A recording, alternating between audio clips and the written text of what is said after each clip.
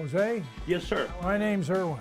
When 90-year-old Irwin Stovroff meets sick and injured vets at the West Palm Beach VA hospital, well, they have a good reason to say thank you. It's a wonderful thing. Now, it's because of Irwin that hospital has Bruce, a black lab service dog that the vets say is a life changer. He's a great dog. Oh, he's more than great. He's wonderful. Like I say, an angel without wings. My program is Vets Helping Heroes, and we're all veterans. But what the patient does not know is the journey that brought Irwin and Bruce to their door. Now, it's a journey that began more than 70 years ago. American soldiers of the sky are one section in the multiple stroke of war as they fly to spearhead the offensive that is to win the European war. When the U.S. entered World War II, Irvin Stovroff was a 19-year-old bombardier in the Air Force flying B-24 bombers over Europe. I was very young, and I wanted to do my part. The Germans had this 88 millimeter, and it was incredibly accurate. Almost 50% of the planes that went into combat were shot down. After 34 bombing raids, Irwin's final mission took him over Nazi-occupied France. We were just going to go blow up all these bridges, blocking the Germans from escaping from the coastline in Normandy. I was lining up my bomb sight, and wham, we got hit. The B-24 was going down fast. I put on my chute, and I just dove headfirst out of the plane and counted to 10, and then pulled my chute. This was right on the front lines, and they were shooting at us coming down. It was another waking up realization that you, buddy, are really in deep trouble. Deeper trouble than the rest of his 10-man crew, because as they fell into Nazi hands, Irwin knew that his dog tags identified him as being Jewish. The first thing I did when I landed was to throw my dog tags away. And by that time, they were there. And they just had all their guns around me and just told me to surrender. Irwin and his unit survived the crash, but were suddenly POWs.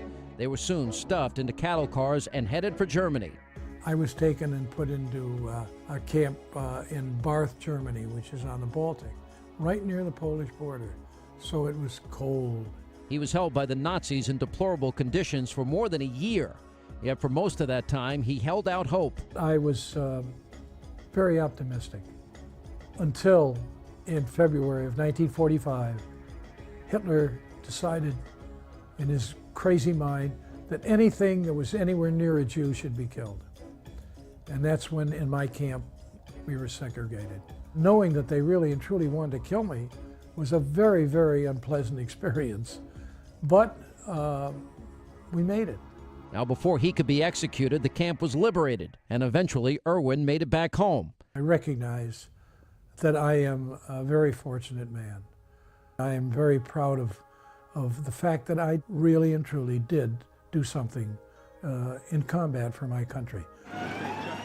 70 years later, Irwin takes an annual flight on the old B-24 bombers. You guys know what any of these planes are, where they're from? World War II. World War II. And shares a bit of living history with generations that have only seen these things in books. What we were trying to do was save the world, and we did. But slowing down has never been in Irwin's nature. I worked till I was 75. And when I retired, I decided that there was something more than my ability to play tennis, which was getting pretty crappy. I wanted to do something to help those that were coming back not as lucky as I am. So he started Vets Helping Heroes, raising money to provide specially trained service dogs to injured troops returning from today's wars.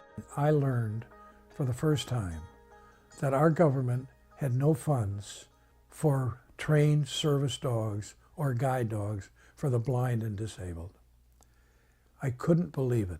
And so at age 90, he's more determined than ever to make sure that those returning from war are going to be taken care of. Now we're talking about young people coming back that are brain damaged, and young people coming back without arms and legs. And how are they going to get around, and who's going to help them, and who's going to guide them? And it has to be a dog. Joseph Worley lost one leg and severely damaged the other in a roadside bomb attack in Fallujah, Iraq. Now his service dog, Benjamin, helps him with his daily tasks that he used to take for granted. for a lot of guys, these dogs could be basically their only support system. I mean, I think for some guys it's vital. Depending on the extent of the training of a dog, it will cost anywhere from about $20,000 up to $60,000. $60,000 is a guide dog. That's for the blind. Can you imagine taking a young man, having him sign a contract that he's willing to give his life up for his country, and then when he comes back home, he isn't taken care of fully? Lieutenant Colonel Kathy Champion served in the Army for more than 27 years. While treating sick Iraqis, she contracted a virus that left her blind. Devastated, she completely shut down. I quit school, I quit my job, I quit being social. I didn't want to talk to anybody, I didn't want to tell anybody what was wrong or what was really happening to me. Until she was given Angel, a service dog. She has granted me back the life that I felt like was taken away from me because of my war injuries. But for me, it was going back to me. Come here, baby. That's a good boy. Now back at the VA hospital, Bruce roams the halls helping the veterans cope with daily life. He's got a calming effect on me. They bring him around and I just get to pet him and play with him, and he cheers me up. He really does. It's, you know, a day with Bruce is like a day with sunshine. He's really a great dog. This is the living proof of what a dog can mean. Oh, to anybody, To anybody, but especially to a veteran. Especially when we're alone. Yes. We need a friend. And you get to play with him. It's just a joy. It breaks up the monotony. It makes you feel like you're not in a hospital. He's an angel in disguise. The wings.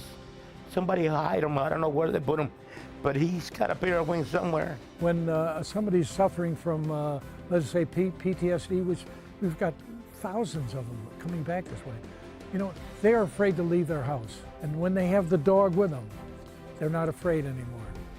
Their life changes. Come here. Get this. There we go. Look at the medals on this guy. And that's our insignia. See, that's Cash. Now Irwin's own service dog, Cash, helps him with the PTSD that he still lives with from his time as a POW. And he is determined to make sure that every returning soldier who needs a dog will be able to get one of their own. If people are watching this and people are understanding what we're trying to accomplish, help us. When you help us, you're helping a veteran. And he's earned it. You're very nice.